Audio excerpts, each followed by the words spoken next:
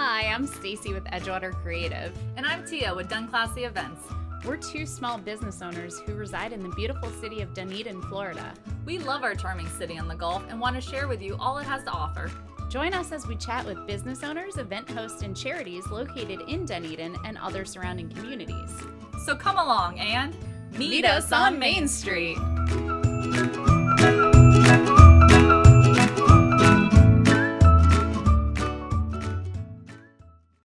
Hello and welcome to another episode of Meet Us on Main Street, the podcast. Oh. Well, the mouth one doesn't break your microphone. There it is. Yeah. Starring me. Starring Stacy Dennison. And me, Tia Lawton.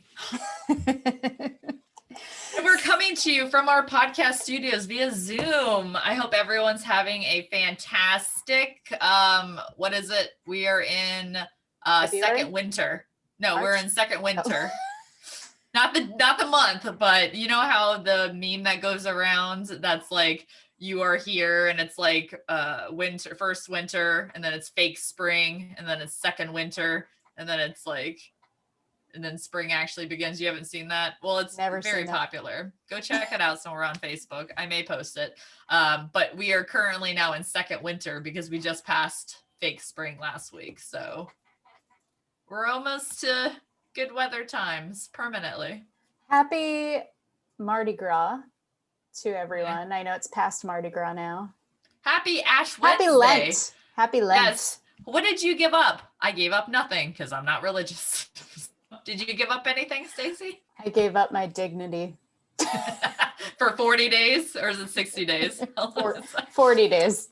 I'm pretty sure that ended the day we started this podcast. So maybe you should take back your dignity for 40 days. Ooh, there's a challenge. All right, guys. So on this episode of the podcast, we have Dr. Tracy Morris of Coastal Veterinary Care in downtown Dunedin. And we are keeping this intro short because we took up a lot of Dr. Tracy's time in this episode, basically by asking all of your burning questions on vet care. And stay tuned. We have Dr. Tracy Morris of Coastal Vet Care in downtown Dunedin with us today. Welcome to the show, Tracy. How are you today? Good. How are you guys? Thanks for having me. You're welcome. Thanks for being on. So let's get down to brass tacks here because we have a lot of questions to get through. We don't bullshit around on this podcast. We opened our questions up this time to our listeners. And so we were inundated with messages to ask you. So I know I was even questioning before I said it, like, am I using it in the right context? We don't have anyone to tell us differently. So yes. So if I did not use it in the right context, oh well. So anyway, so we have a bunch of questions to get to from our listeners, but we do want to find out a little bit about you. So let's start out by asking our basic question that we ask all of our guests here on Meet Us on Main Street. Tell us how you came to settle in Dunedin. Tell us a little bit about yourself. So I graduated vet school almost 11 years ago. And about a year after graduating, I came to this area and we lived in Clearwater, but always found ourselves in Dunedin. We absolutely loved the town. And this was when it was, I think, maybe one or two breweries at the time. And just, we just would always come up here. So about 5 years ago, we're like, let's move to Dunedin. Let's make Dunedin our home. We purchased a property in Dunedin. We live in Dunedin, and it's pretty much all we do. My friends that live across the bridge in Tampa are always like, are you guys going to come visit? I'm like, no, we're going to stay over here. So that's kind of it. I am a Florida native, born and raised, but I came from the East Coast of Florida. So I was born in Florida, lived in Florida, went to vet school at University of Florida, Florida, it's just me. But I absolutely love this coast, love the people, love Dunedin. Everyone's so nice. And it's so animal friendly and outdoors. And it's where we call home now. So Tracy, you have been practicing veterinary medicine for 11 years, you said? Yep. May will be 11 years. Nice. Congrats. So tell us how you got into veterinary medicine. What made you choose that? The classic growing up, had a ton of animals, rescued animals, bottle fed animals. Someone didn't want to keep their hamster. My mom like, we'll take it. So we always had a plethora of animals of all shapes and sizes. I had a pet rat that was a wild rat we bottle fed. He was pretty cool. We had horses. I even had a snake at one point in time. We just kind of always had animals. I loved them. And I thought, well, what do I want to spend my life doing and helping animals? So, I mean, it's like the cheesy answer. I love animals and want to help them, but it's the truth. I would hope that's why, like at least part of the reason. My mom started working. She was at a big like medical facility, like with human doctors, and they got bought out by corporate. And she's like, I really don't want to stay with them. It's changing. And she ended up with an opportunity to work at a vet office and kind of did reception and practice management.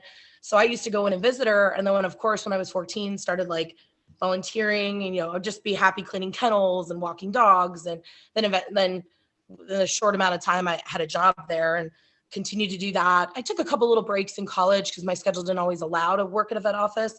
But then right before vet school, I was a solid tech for about 2 years and then went to vet school. So. Well, you can certainly tell that you love animals and that's why you got into it because, I've taken my dog Cooper or our studio. What's his name? What's his title now? I think he's a studio manager. I think he's our studio manager, yeah. Cooper. So I can attest to taking my dog in to see you and know that you're very caring and loving with animals. And I think Tia's taking Goku there. Mm-hmm. I have, yes. So yeah. I as well took my fur baby over to Tracy as well. So meet us on Main Street approved vet care right there. Thanks, guys. And we love Cooper and Goku. That's the top honor right there, Tracy. Yeah. I don't know if you've received any awards ever. I'm sure you have, but that will be the highest honor. We'll get you a plaque. It's going to say the veterinary of Meet Us on Main Street podcast. I love it. I'll display it proudly. Yes. Well, I'm flattered. I appreciate you guys and I love taking care of your babies. So I'm here for you.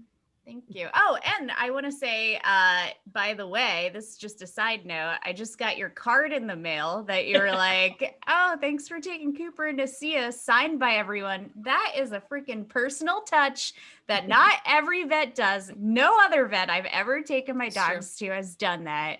And that was so sweet. I really enjoyed getting that in the mail. Oh, so thanks. Yeah, we're trying. I mean, it's like getting everyone to sign and we're like, okay, we got to sign. And we're trying to do them like the week of. So everybody's fresh in our memory. We can say something like we talked about them or I had one client bring us pierogies that they had handmade. So of course I was like, your pierogies were amazing. Like just stuff that you like, remember when you have that like personal, relationship. And we try to take the time to get to know the clients as well as their babies, obviously. Definitely. Yeah. You can tell when you take them in and everyone's there. And I love the hands-on-ness of your place as opposed to others I've been to. Yeah. So in this area too. Sorry. And I won't name exact names, but there are certain ones in the area that suck. And you guys are just like all so friendly and you can actually tell you care about the animal and not about like how much money you're making off of said animal. And that's definitely appreciated because me and Stacy don't have kids, so our children are our fur babies, so they're just as important to us as human children. And we love it that you actually took care of them. Yep. Thank Absolutely. You. Thanks for saying that because that's our vibe and that's kind of what we're trying to do. So the fact that you feels that way to you guys means the world to me. Oh, good.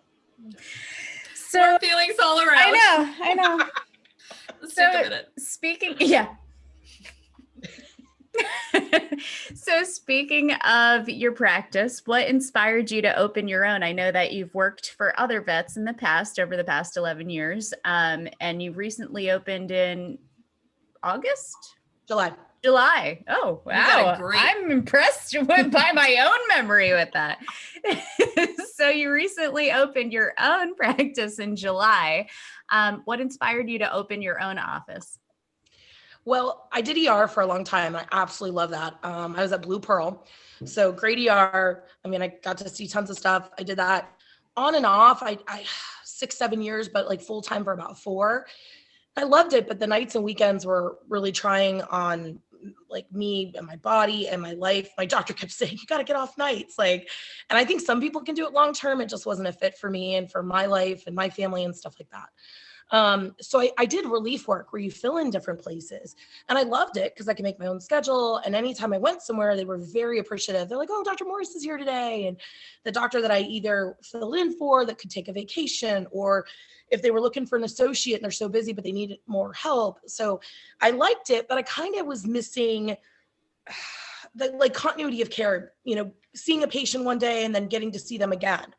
And I had a lot of clients ask me like, oh, do you have your own practice? Are you going to open your own practice? And so I thought about it, and I started kind of deciding like what I really loved about veterinary medicine and what, if I had a practice, how I would want to do it and what our vibe would be and our mission and everything. And all the places I filled in were great. And they all shined in various things, great medicine or a great location and clinic or great people, but none of them really had everything that I wanted. So I said, well, if I'm going to do this long term, I'm 37. Why don't I do something that could be sustainable? So the truth be told, I've been trying to open a practice for about 4 years. And as wonderful as Dunedin is, it can be very challenging to find the perfect location. And, you think you're going down one path and that doesn't happen. So I ended up just saying, if I'm going to do this, there's a cat headbutting my screen as I talk. If I'm going to do this, I just need to do it the right way, do it the way that I want to do it, and have a practice that's going to be, sustainable for the next 30 years. And so I did it. Scary, but I did it. Mm-hmm. So we're laid back. We want to practice really good medicine, all the things I learned at Blue Pearl, so we can handle emergencies and we can do those things. But we have a very small town, locally owned, operated kind of feel where we all get along. We joke around. I mean, my staff tells me all the time, I get up and I'm happy to go to work, and I feel the same way. So it sounds cheesy, but it's like a dream come true. And so far things have been wonderful. What has been your most challenging experience as a veterinarian? Ooh. I would have to say when I worked ER, we'd have a lot of patients that came in various times, especially in the middle of the night, with really serious conditions, and sometimes explaining those situations to owners. And a lot of times finances and ability and stuff can be a challenge. One of the most common ERs we would see is a twisted stomach, a bloat. It's called a GDV, gastric dilatation volvulus. And if anyone ever watched Marley and Me, that's what Marley passed away of at the end. And it's always your large breed dogs. Spoiler. I know. Yep. Spoiler alert. The movie's 20 years old if you haven't seen it by now. Or the book too, if you read it. But that'd be one of the common ERs we'd see. And it'd always be a real large breed dog, and they'd be 10, 12, 15. And by the time they came in, they were usually shocky and not stable. And it's like, do you call in your surgeon? And I did the surgery for many years, but then the way ER changed, we had our surgeons. You call them in and you have all this money, and you may get in there and the stomach could be black and the spleen that has to go, and they may never make it out of surgery.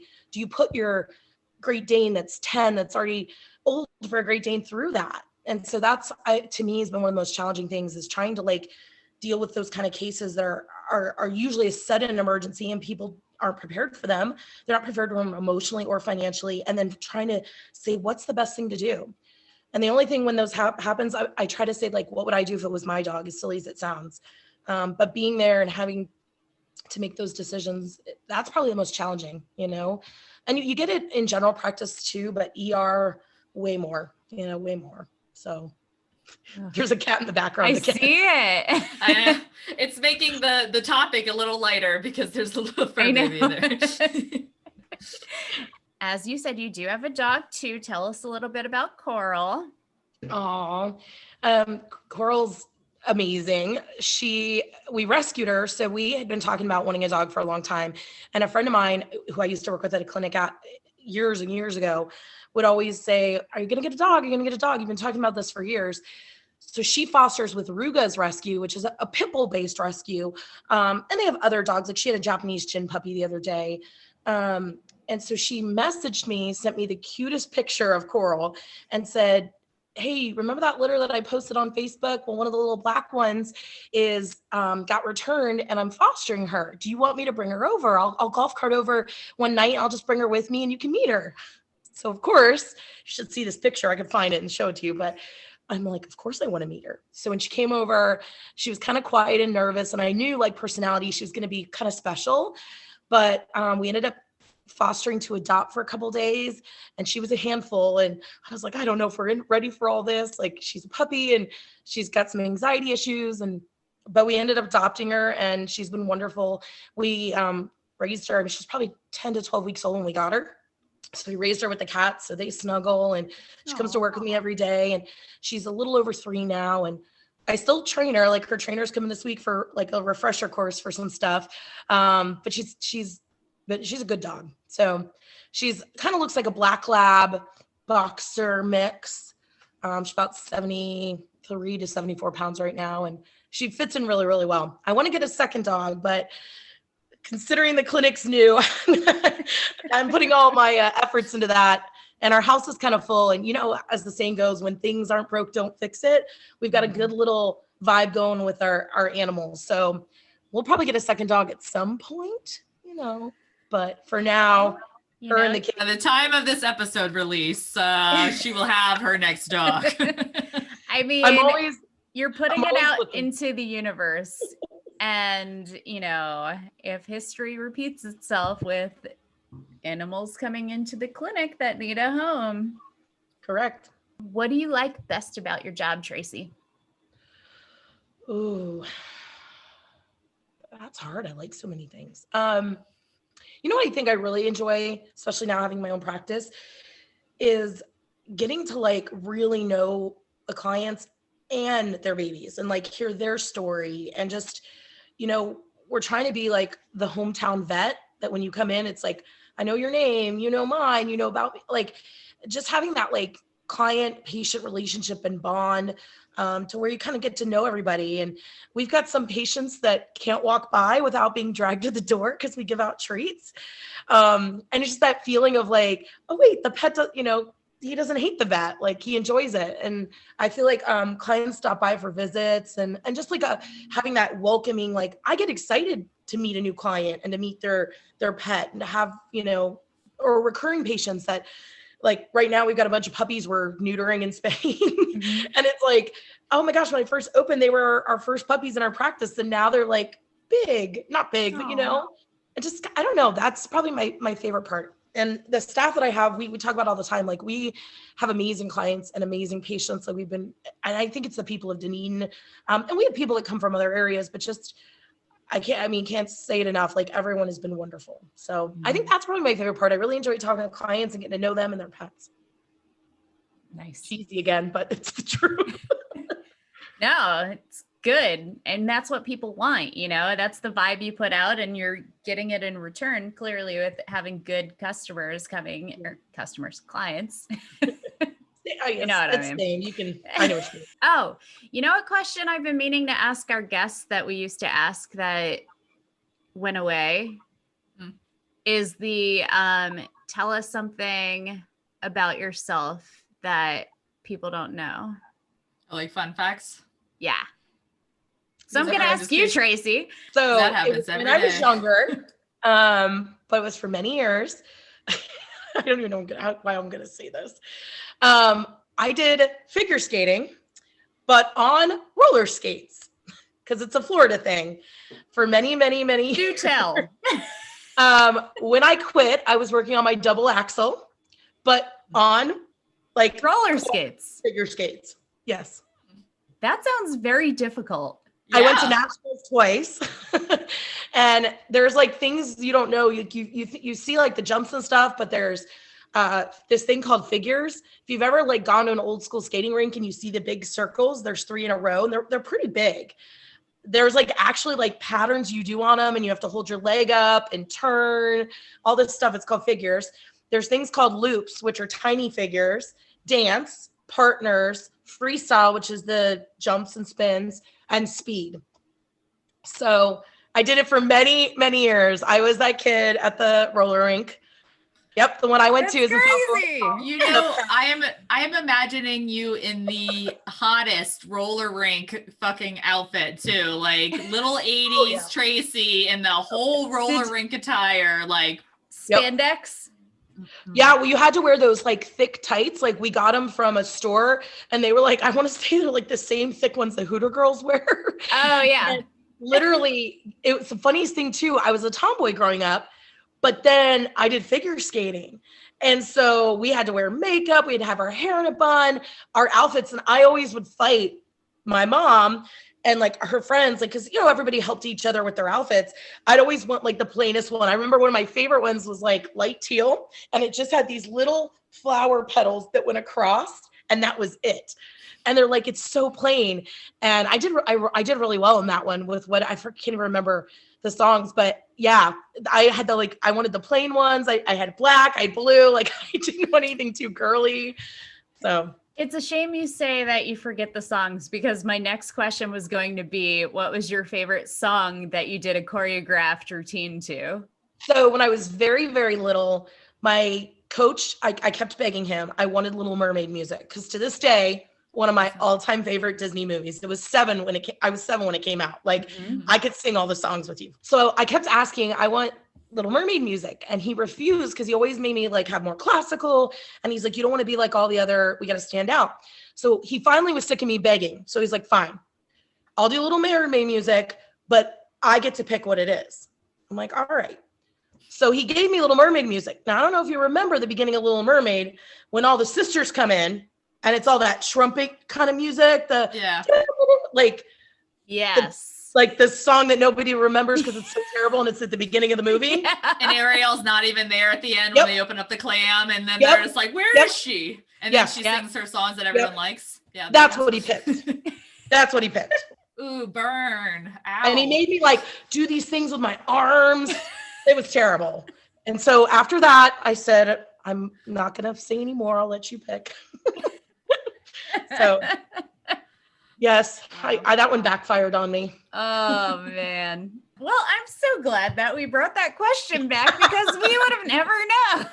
Now we know. We have to bring that for every guest again. Hey guys, meet us on Main Street here. Stacy and I are all about staying young and beautiful, so we wanted to share with you a salon that we recently discovered to take care of all of our beauty needs. That's right, Tia. Beauty on Broadway offers everything from the most complex hair treatments like keratin and balayage to advanced permanent makeup for lips, brows, eyeliner, and even scalp micropigmentation.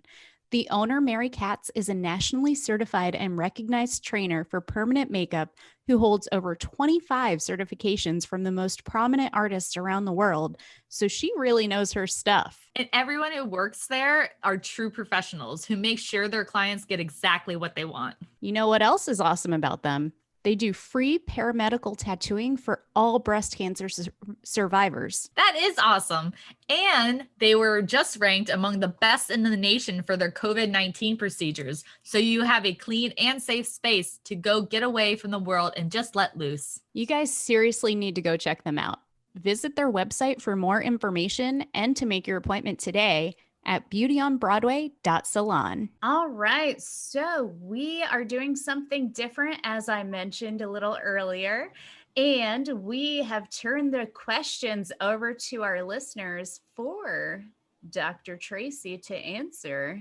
So we invited our listeners to submit questions that they had for Ask the Vet, and we got quite a number of them, a little bit of a deluge of questions in the inbox. The big words today, huh? I did it on purpose. All right. So first up, Tia, would you like to take the first question? I would love to deluge. Thank you. All right, so this one comes from Naomi, and she asked, why does my indoor cat need flea prevention? That's a great question. Actually, fantastic, especially this time of year. So fleas, as we all know, are pretty tiny. They can go through a lot of things. The screens, they can get under the door. They can come in on you, on your clothing. You can carry them in. And if you have any other pets, whether it's other cats or it's a dog, they can be brought in. And some cats are more sensitive. I have one cat that's extremely sensitive. I have to keep her stuff on her even like under a month. Like I feel like putting it on her. And some cats are not, but it is a thing. And unfortunately here in Florida, the fleas are bad. They're really bad right now. Temperature changes play a role.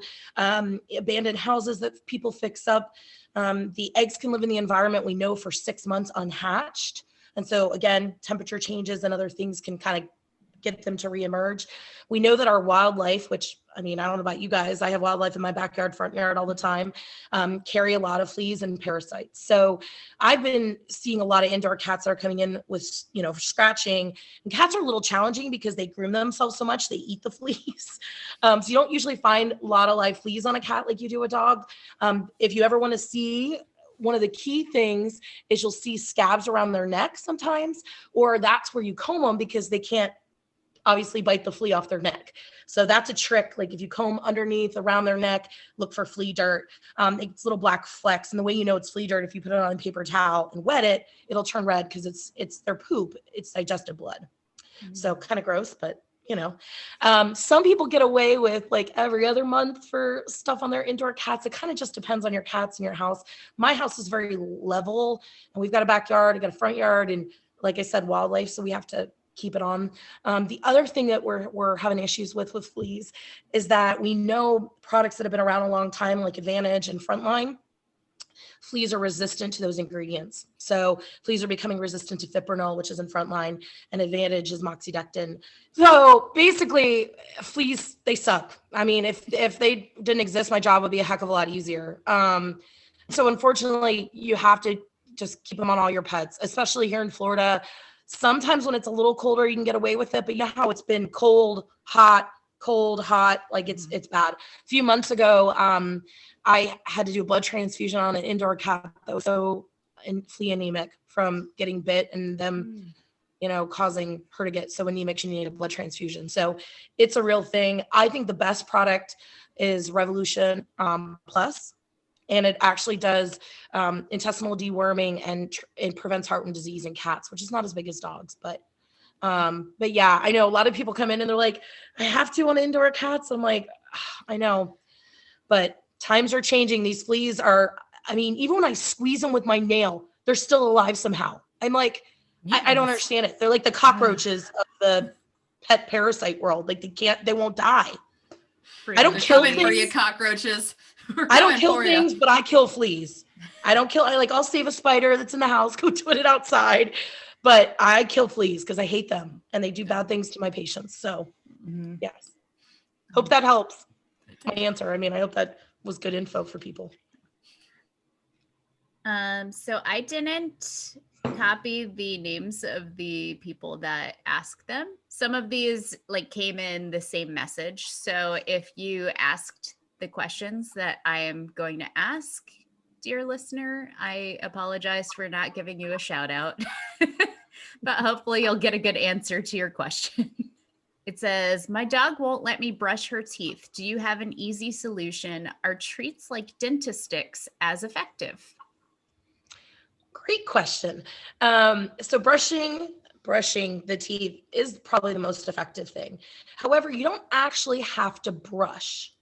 You just have to get the doggy toothpaste on the surface of the teeth. So the actual mechanical brushing, not really a thing, okay? We're not flossing in between, anything like that. But if you can take the toothpaste and just put it on your finger, not the finger toothbrush or doggy toothbrush, just on your finger and wipe it along. Most people's dogs will let them put their finger in their mouth, do like a cheek tooth swipe, you know what I mean? And get all four quadrants. Just get it on the surface of the teeth and gums. Don't forget the little incisors in the front. And if you can do that, I mean, in a perfect world every day, do I brush my dog's teeth every day? No, No, I'm gonna be honest. But even a couple times a week is better than nothing, especially in dogs that we know are prone to dental disease, small breed dogs, greyhounds, beagles. There's a few breeds that are more prone. The other thing to answer the other portion of the question, Dentistics, I actually do think they make a huge difference. And I like them a little better because the dogs think they're a treat. And the water additives people use are okay, but I feel like it's hit or miss. The company that I think makes some really amazing products is called Verbac. And I love their veggie dents. They're 100% vegetable based and they break up. You can give them one every day. They're not a lot of calories. And I think they're reasonably priced. So you can get them online. We carry a few in the clinic, but they've been the ones that I think are the most palatable and don't upset their stomach. A lot of people do the Dentistics or do greenies. Those are fine too. Verbac also makes one called a CET chew that's got some hexidine in it, which is, have you ever gone to your dentist, they give you that rinse that's chlorhexidine based. That's your, antibiotic. Those are really cool too, because they have to work on them a little more. So they get the mechanical action from chewing on them, but it's helping. So I give those to my dog because she'll chew on them and then kind of hold on to it for a day and then work on it later. And so, yeah, that's a great question. Whoever asked that. I will say, and hopefully this goes along with what you said. I found wipes, like little wipes or pads, where you can use those on the teeth. Yeah, those are fun too. Yeah, Cooper allows me to actually do that. At first he gets nervous. He's like, what are you getting out of this container? And then I just stick it in his mouth and he's fine. And if you follow with a treat, if your pet's food motivated and they get in the routine of, okay, mom gives me a treat, does my weird stuff in my mouth, gives me another treat. You don't want to give too many, wipe it away because you want it to be on there. But yeah, so the wipes are fine too. They have a lot of good products. Oratine makes a product. They have a human one, and then they make a dental one. It's like a gel. I've had a few clients that have like Chihuahuas use that, and it doesn't mean that they're never going to have a dental cleaning, but instead of like, oh shoot, they got to have one every year, maybe they get away with every other year, every third year. All right. So Jessica would like to know, is it safe to give Tylenol or over-the-counter antihistamines to my pet? The first portion, Tylenol, no. Dogs, there is some dosing out there for Tylenol in dogs, but across the board, no. Tylenol is extremely, extremely toxic to cats and causes severe liver failure. So I don't even keep Tylenol in my house because God forbid, I didn't want my cats to get into it. They can't have aspirin or ibuprofen either. So pretty much any NSAID that we take, it can be toxic to dogs. There's various levels of toxicity, of course, but no to Tylenol, no to aspirin. We used to say, oh yeah, just give them a baby aspirin, like years before me. But we know better now. We know that it can cause some issues, and some dogs are more sensitive than others. As far as antihistamines go, yes, you can. Benadryl and Zyrtec are the most common and the safest. There's actually a new study that came out. A friend of mine's a veterinary dermatologist, and she told me that they're showing that use of Zyrtec is really helping dogs with environmental allergies. So I actually recommend it quite a lot. The dosage can be kind of variable. Benadryl is an easy one. People give, it's 1 milligram per pound. So if you have a 50-pound dog, you give 50 milligrams. The thing with Benadryl, though, it's got to be dosed every 8 hours. That's a little annoying. Zyrtec can be dosed once a day, though. So it's a little trickier, the dosing on that, because there's a little bit of a range, but it's safe to say a really small dog, you could do 5 milligrams, medium-sized dog, you could do 10, bigger, 20, and a big dog could have 30. So, and again, if you're going to use antihistamines for itching, just talk with your vet and make sure that they know that you're doing it and there's not anything the dog is on that could interact. Again, they're really safe. And to save yourself money, get the generic. So don't buy Zyrtec brand, buy the drug cetirizine. And everyone tells me that like Sam's and BJ's and those places sell like a 365 count for like $10. So nice. That's another little bonus tip. Nice. And if you notice them itching a lot or like scratching a lot, like Cooper's been scratching a lot. So this is a personal question add on to that. Should I try giving him like an antihistamine and see if it clears up? Or Yeah. So environmental allergies can take all sorts of forms, and some dogs, it is truly seasonal. It happens spring and fall or every summer. First and foremost, I tell people if they come in with an itching pet, cat or dog, make sure they're on adequate flea control. I know we already talked about fleas, but this is like a public service announcement. If your pet is scratching and they are not on good systemic flea, so when the dog's, it's got to be a tablet and the cat should be Revolution Plus. If they're not, save yourself time and money and a trip to the vet and get them on something good. So the products for dogs that are oral that work the best are NexGard, Simparica, and Bravecto. Credelio too, but those the first three. NexGard, it comes by itself. Simparica now comes as an all-in-one called Simparica Trio, and Bravecto's every 3 months. The other ones are monthly. So if your pet is scratching, you're like, oh, why is he itching? And he's not on that, or you're one of those clients that say, oh, I don't really see fleas. You may never even see a flea, but that's why they're itching. So that's usually what I make sure. Good flea prevention. Topical frontline, and it's called, like Walmart has a version called Pet Armor. It doesn't work. Save your money. Same thing with Advantage, doesn't work. Some people like the Seresto collar. It's an 8-month one. I get hit or miss. Sometimes it works for pets, sometimes it doesn't. So that's first thing. If they're still itchy and they're on good flea prevention, yeah, you can use an antihistamine on those days. Again, you can use Benadryl. It's dosed about 1 mg per pound, and you can find this on the internet. So I'm not, it's not a secret, but you have to dose it every 8 hours. Zyrtec, on the other hand, we kind of do about 1 mg per kg. That's a little more challenging to calculate. But again, small dog can have 5 milligrams, cat can have 5 milligrams, and it's once a day. Yeah, but again, I recommend just telling your vet, hey, is it okay that I use this in case they're on some medication, and just to make sure. But yeah, over-the-counter antihistamines are safe. I keep Zyrtec at home, and I actually have an allergic dog. I allergy tested her.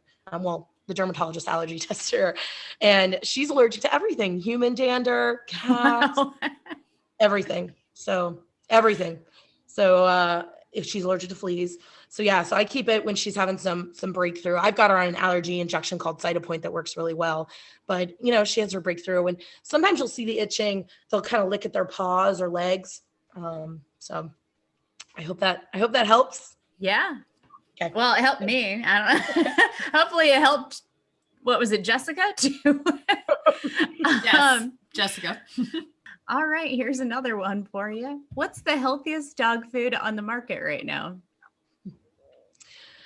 So generally speaking, it kind of depends on your pet, cat versus dog, age, what their lifestyle is, and what their potential needs are.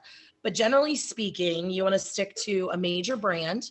You want to make sure that it's made in America. And for dogs, you want to make sure that it does contain grains. We've moved away from grain-free diets. There's been some issues with dogs having heart disease. How often do you recommend feeding a dog? I feed mine every 12 hours, but I've heard that that's too long between meals. That's a good question. I think it depends on your pet, your dog, and your lifestyle. I generally feed my dog same, kind of a morning, night. She's a little bit of a grazer. She doesn't always finish all her food. Sometimes she does. She's been that way since she was a puppy. If it's a small breed dog, sometimes people will do a third feeding. And some dogs, if I'll have clients that feed early afternoon, like 4 o'clock, and then not again till 8 a.m. That's a little too long to go. Sometimes those pets have like kind of an upset tummy from being so empty. So I do think like a morning and night feeding in general, and maybe a treat or two in the middle, like a treat before bed or something like that. So good question. This is from Tom, and he asked, what are your thoughts on retractable leashes? There's many opinions. There's so many varying opinions on it. The retractable leash battle. Oh, yeah. They're nice. I mean, they're nice when you're walking. It can be short, it could be long. I think that if they're used appropriately, I think they're fine. They do get a little annoying if they get real long and then you don't have as much control over the dog. I don't use one for my dog. I felt like it was more of a headache for her than it was, than not. I'm not against them. I know some people are like, no, retractable leashes. I have one it's a set length. It's about 6 feet, but it's got like a little bit of stretch in it. So it's not quite as rigid. I think more importantly, a harness for actual walking is better than a collar in general. You have more control. There's a couple different styles of harnesses that allow pressure points, so you have better control of your dog. My trainer has one that she really likes. I want to say it's called like Two Good Pups, Two Good Dogs is the name of the harness. But I think that's more important than necessarily what kind of leash you use, you know. I've also heard about the retractable leashes snapping because the little part that retracts is such a thin kind of thing that it can get worn down. So I'm not against them. I think that if you have a good dog and you're out and you're not around other dogs and you want to let them have a little bit longer lead. But I think like if you're, of course, like walking through Dunedin and there's a bunch of dogs, I think having something shorter makes a lot more sense. And if you're going to have a retractable leash, get one that's got a really good lock. Because that's the other thing I find, that you like lock it and then it comes unlocked and then the dog's like 20 feet away. So, but I'm not against them. I think they have their place. Do you recommend CBD for pets specifically with anxiety? That's a really good question. I get that one often. It's funny because I literally just asked that question when I was in her office a couple weeks ago about CBD. This one was asked by Tia. No, I'm just kidding. What? So CBD use in pets across the board, we don't know a lot about. Studies are being done now, but we don't have those results. So as veterinarians, you know, the way that we recommend drugs and the way we recommend things are because studies have been done that show that at this dose, this frequency, it treats this. So if we don't have any of that to go on, how can we recommend it and what dose do we use? I personally am not against the use of CBD. I have had clients tell me that they think it works for their dog. They take it for themselves. I have a few like patients that we've tried CBD, like owners wanted to, and I across the board, the feedback, I don't know. And maybe it's because we don't know the dosing, but I have yet to see like, oh, this dog has anxiety. They got on CBD. They're doing great. So for me, just my experience of what my clients and patients are telling me, I just have yet to see it. One of my techs has a very anxious dog, and we had a little sample bottle of a really good quality one from a great supplement company, a veterinary supplement company. And he's like, it didn't do anything. So I'm not against them, and I'm willing to continue to like, okay, you try it and see what you think. But I'm not convinced that it helps, you know? Mm-hmm. I think there's other modalities that can help with anxiety more, but I don't think it's harmful. So I know that across the board, what we've learned is to make sure if you are getting CBD for your pet, just like for yourself, that it's a good quality, you know where it's coming from. You know, there's a few stores in our town that have CBD products for both people and pets. I would urge you to talk to them and say, you know, and say, where's the CBD product? They usually will know the manufacturer or know the person who owns the company that makes it, so that it's a legitimate source. It can cause some liver enzyme elevation. So if you are using CBD and you happen to do blood work on your pet, make sure you tell your vet you're using it and just mention it. But I wish we knew more about it, you know, I wish I had more firsthand. I've got 10 clients that are all using CBD for anxiety and it's doing a great job, but we don't yet. So I've tried it with Cooper too, and I can't tell difference. yeah, that's what most people tell me. And again, I'm not against it. I think it's fine to try, but I've yet to have clients tell me what you just said. Oh yeah, I tried it, didn't work, and I spent $100 on this bottle, you know? Mm-hmm. Yeah. So, and maybe it's the dosage. Maybe like dogs, people don't know this. Dogs' dose of thyroid meds is like 10 times a human. So it maybe just happens to be one of those types of things that the dose has to be so much higher. Don't they have a quicker metabolism too? Well, it depends. Even cats and dogs, people group them together, but there are like medications that'll kill a cat that are fine for a dog, or the dose is way higher in a cat than a dog. Like steroids are one of them, that injectable steroids in dogs are way different. And cats can only handle, it's crazy. So even though they group them together, they're both small animals, and that's what the most common domesticated species, you know, for people to own. They're not the same. So maybe CBD is like thyroid meds. I don't know.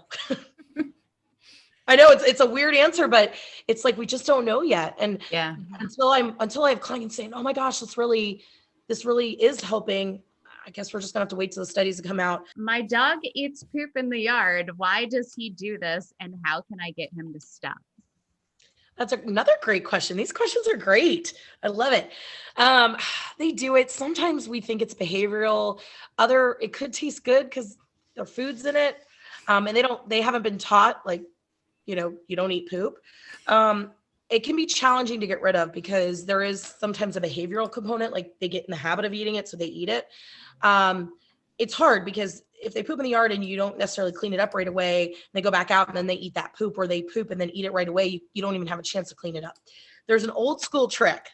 Okay. And I don't want to be held on this, but I've heard it for years. The vet I worked for before vet school did it. And clients seem to think it works about 50% of the time, but you give them a few pieces of pineapple and then it does something enzymatically that then the poop doesn't taste as good. So give them a couple doses of pineapple. They do make a product. That. Yep. It's an old school trick. And I've had some people say that it works. The other thing is I've heard people, you like sprinkle meat tenderizer on the poop when it's outside. But if you're going to that trouble, you might as well just pick it up. You know what I mean? Then they can't get it. The other thing is they do make a product called Forbid. It's Forbid. It comes in a little packet. It's a little white packet with blue writing. I mean, nowadays you can get pretty much anything online, but you'll use it. I think like the dosings, like half a pack morning, half a pack at night, and you do it for like 5 or 7 days. I've had some luck with that. But yeah, the pineapple's old school. And then behavioral, just trying to, maybe if they run in the backyard and they poop, be like, oh, come back and give them a treat. So you're kind of breaking the cycle. Mm-hmm. But it's gross. Oh, speaking of pooper. Yeah. He's like, oh Do no, not judge I'm me. embarrassed. I'm embarrassed. Yes. I'm going back out. He's hiding outside the door listening to the answer. Yeah. Now he's not going to eat the pineapple. Exactly. We just got a pineapple, so I'm definitely going to try that. At what age should you start giving your dog glucosamine? That's a great question. God, they really are good. Good job, listeners. Some foods have the joint supplements glucosamine and chondroitin in them. I think it's never wrong across the board to start generally mid-age, which for most dogs, it's between 4 and 7, right? A large giant breed dog like a Dane or a Mastiff, its lifespan is less, probably need to start earlier. A small breed dog, like a Chihuahua or a Poodle that lives to 15, 7's more their midlife. I will say, and I forget, like the toothbrushing, I do have joint supplements for my dog and she's only 3.5. So I don't think it's ever bad. I mean, I don't take joint supplements, but I give them to the dog. I think that it's never wrong to start them at any age. I think if you know that your dog has a potential to have orthopedic issues, certain breeds, an easy one is Shepherds. People know German Shepherds get hip issues and Golden Retrievers get hip issues. Pit Bulls get knee issues. That I don't think it's wrong. Little dogs get luxating patellas, and that, back and forth movement's going to cause osteoarthritis and changes in that knee. So, and the joint supplements are just that. They're a supplement, but I do think they work. I think large breed dogs tend to need them a little bit more than small breed dogs because they tend to get more orthopedic conditions, but it's fun. It's like a little treat. There's a lot of good ones out there. Dasequin has been around a really long time. That's one of my personal favorites. I had an older horse and he did amazing on their horse Coastquin. So I kind of just love the company. I like Dasequin. It comes as a chewy tablet. So, and if you want to get your dog started on joint supplement, ask your veterinarian, just the next visit you're in, or even just put a call. We all have like things that we really like, and your vet may say, oh, I really love this product. So I like Dasequin. Verbac, the same one that makes the dental chews, makes a product called MovaFlex. I had a friend that used that for a dog and thought it really worked well. VetriScience is a great supplement company that they're kind of newer. They've been around probably like 3-4 years now. They have a bunch of different joint supplements. They're called like Glycoflex and VetriFlex, I think. But so, and you're looking for ingredients like glucosamine, chondroitin, MSM. Dasequin has avocado, soybean unsulfides or something in it. A lot of them will have boswellia and vitamin E and other things. So I don't think it's ever too young. It's just how many supplements you want to give, and check your food too. Sometimes the food has some in it depending on the formulation, It says, how often should I bathe my pet? and it does not specify if it's a cat to dog, a hamster, an iguana. So I don't know, but I would assume a cat or dog. Okay. So for cats, I really say never. Cats bathe themselves, and if you have more than one cat, they usually bathe each other. The only thing you got to do is I have of my cats, I have a fluffy one, and I have to give him like a little sanitary cut, just to keep back there clean. So, but I don't bathe my cats ever. Dogs, it variables. If you've got, a dog that's going to the dog beach every week and isn't rolling around in the backyard, you can bathe them as frequently as once a week. And just use like a general easy kind of shampoo. A lot of them out there have like aloe and oatmeal and stuff like that. That's fine. Decra makes some really great products. DECHRA. You can get them on, Amazon. Not to say anything, but you can get a lot of stuff online. On the interwebs. Yeah, they've got a general, just regular shampoo that's nice. But I would say as frequent as once a week, but maybe once a month. That's probably about what I bathe my dog, is once a month. It's hard to remember. Like I'll kind of, she just doesn't feel soft. Sometimes, they get the doggy odor, you know what I mean? Where like they come in from outside and they smell a little stinky. That's usually my key. I'm like, oh, it's time for a bath. So, yeah. Cooper yeah, starts getting like greasy. Yeah. Or when you pet them and you'll feel like, instead of like when they're clean, you don't notice anything. But then when you pet them, you get like that film where you're like, I gotta go wash my hands now. Mm-hmm. That's probably a sign they need a bath. And for cats, never. But I mean, as kittens, you bathe them because they pee or poop on themselves or get messy. But adult cats, they really should be grooming themselves. And if you have multiple, they groom each other. Okay, so this one was submitted by listener Stacy. We've got a name. My dog isn't good with other dogs, always barking in their faces when they want to sniff at him. And I'm afraid that if walking him, a loose dog will come up and, like go to sniff him. And if I'm out on a walk, a dog starts to attack him. So there's a two-part, I guess. One, if like a dog gets into an attack with him, what is the best thing to do? And also what kind of, what can I do to change his behavior with other dogs with being so, barky and snippety in their faces?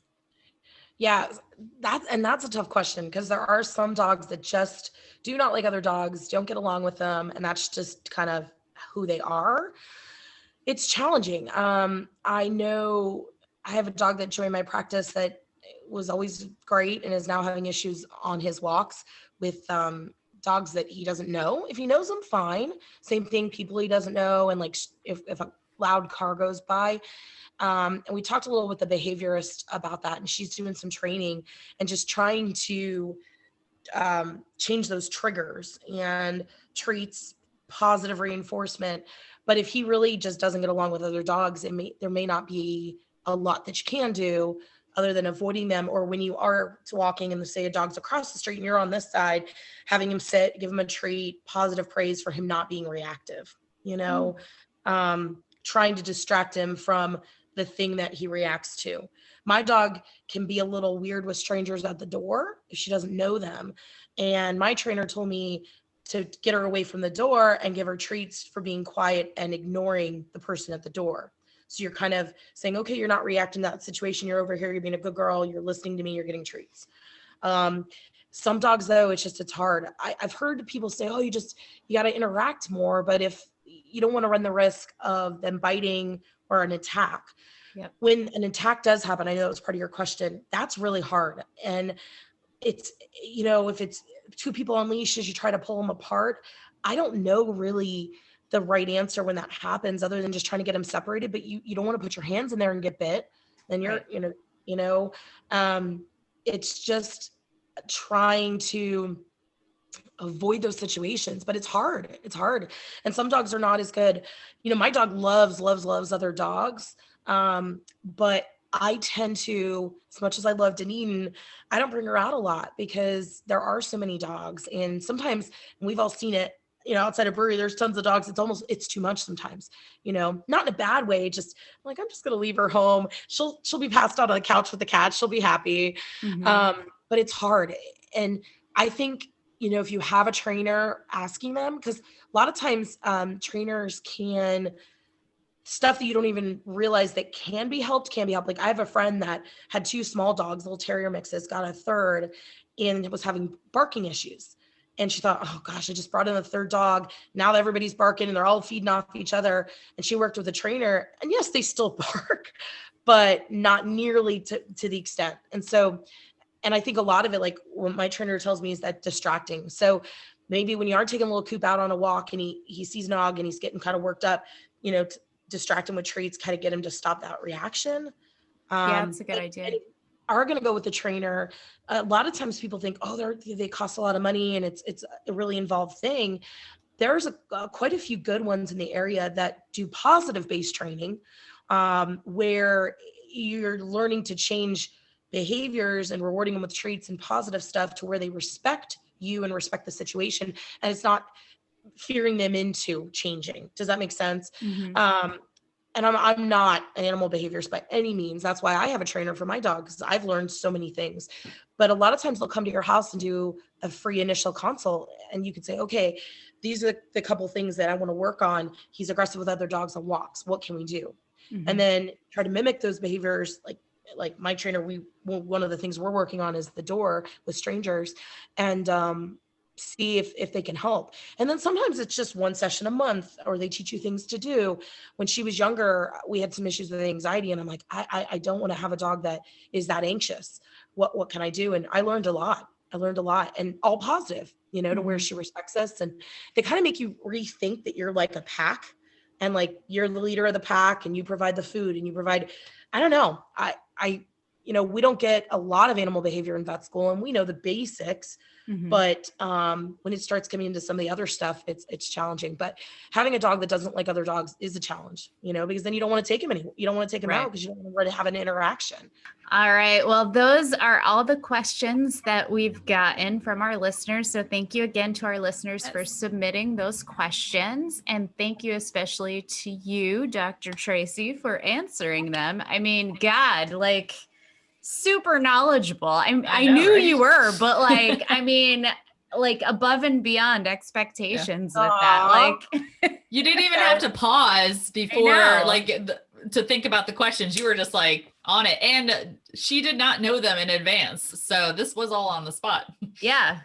And my little plug is that these are my opinions from experience. So you may ask your veterinarian again, like with joint supplements or this or that, they may have a different, they may say, oh, I really love this product. So we learn it from experience. I mean, most veterinarians that I know were in the field before they went to vet school, and most people don't stay with their first job out of vet school. Like you don't. And so it's kind of like your experience. I've worked with all sorts of vets, young, old, some that did acupunctures. I worked in a little bit of practice that was homeopathic. So I've gotten to see a little bit of everything, and it's kind of like what you figure out works for you. And realistically, I don't brush my dog's teeth every day. So just stuff that, you think is realistic. Like if I can't do it, I'm not going to expect you guys to do it, Right. So, but hopefully I gave some info, and we could talk about fleas for hours, but hopefully there'll be some less itchy pets out there. All right, Tracy. So we're bringing back the games recently. So this is animal trivia games. We are going to test your animal IQ on one of four of, you get to pick which one of these animals you would like to be tested your IQ on. And they are a little bit outside of your veterinary realm. So we will see how much you know. Oh. So you get to choose between a tiger, a polar bear, an elephant, or a rhino. Let's test that IQ. Which one do you think you know better? Going tiger? Tiger. The cat? Because it's a cat. Oh no. Hold, please. Okay. Anyways, like I was saying, so we're going to do a trivia game. Take 3. So your answer is tiger. All right, let's test that tiger knowledge. So question number 1, at most, how many pounds of meat can a tiger consume at one time? 250, 13, 88, or 1,000? 13. Incorrect. 88. It was 88. All right. What's the estimated That means tiger it's wrong. What's the estimated tiger population in the wild? 10,000, 3,900, 22, or 200,000?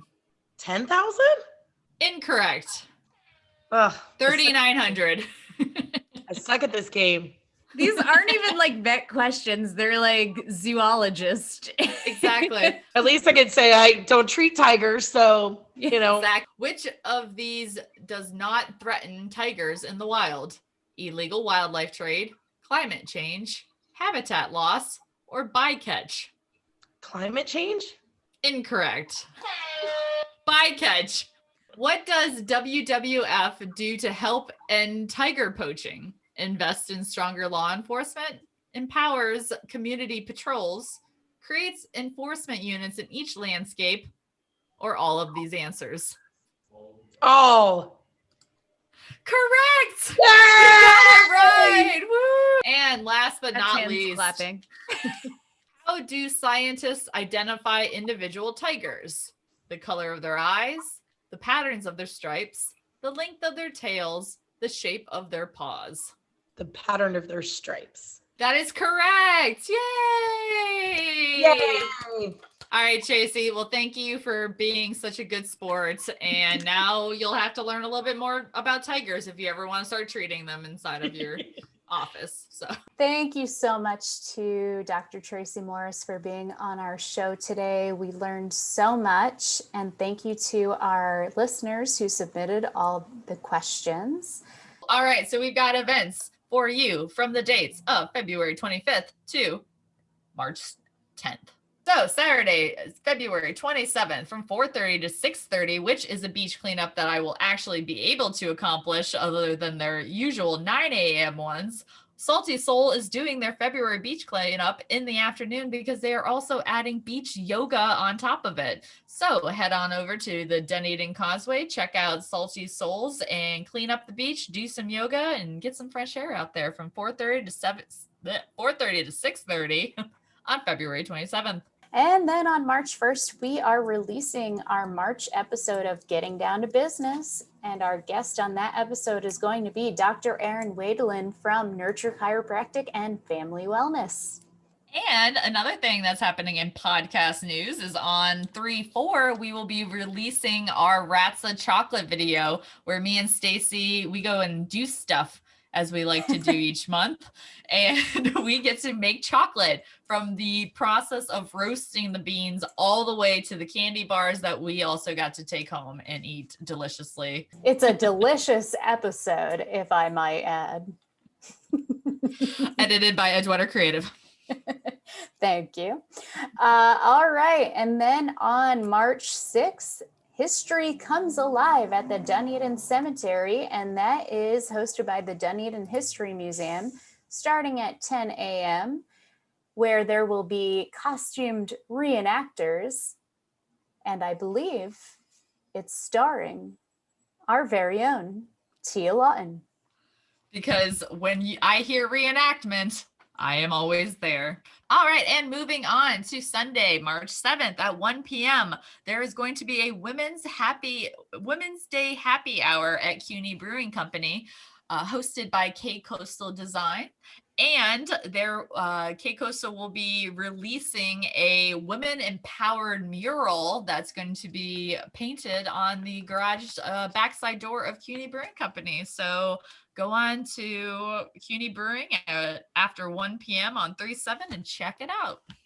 Nice. And then happening on March 9th, there's going to be a Seventh Son beer dinner at the Dunedin Smokehouse. And that will have 6 courses with 6 different beers being paired with them. And it should be a delicious time. Traditionally, every year in non-COVID times, that would be during Craft Beer Week, which is why they are doing it then. And that rounds out the events for the next couple of weeks. Thanks, guys, so much for listening. As always, remember to rate, review, and subscribe. You know where we're at. Go and like us. Rate, review, and subscribe is super important because the more people that do that, the more people that get to listen to us. So we appreciate you. If you want any sponsorship, we also have that. Email us, meet us on Main Street, podcasts@gmail.com. We do sponsors, we do advertisements. We have merchandise. We have merchandise back again. We like when you email us and tell us how awesome we are. Anything works. So until next time, I guess. Ta-ta.